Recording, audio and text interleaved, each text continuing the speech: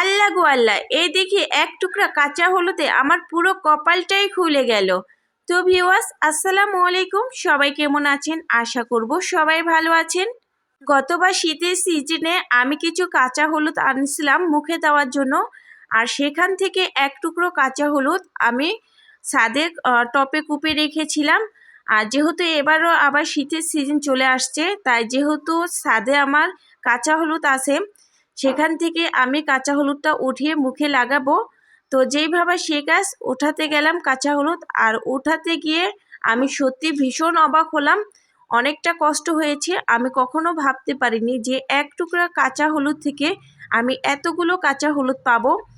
আর উঠিয়ে দেখি এত মানে কি বলবো, অনেকগুলো কাঁচা হলুদ হয়েছে আর এত সুন্দর ঘ্রাণ বের হয়েছে।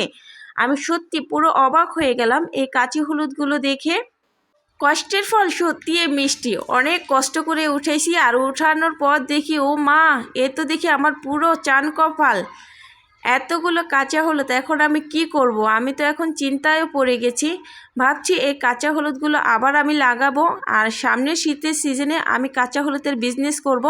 আপনারা যদি আমাকে সহযোগিতা করেন।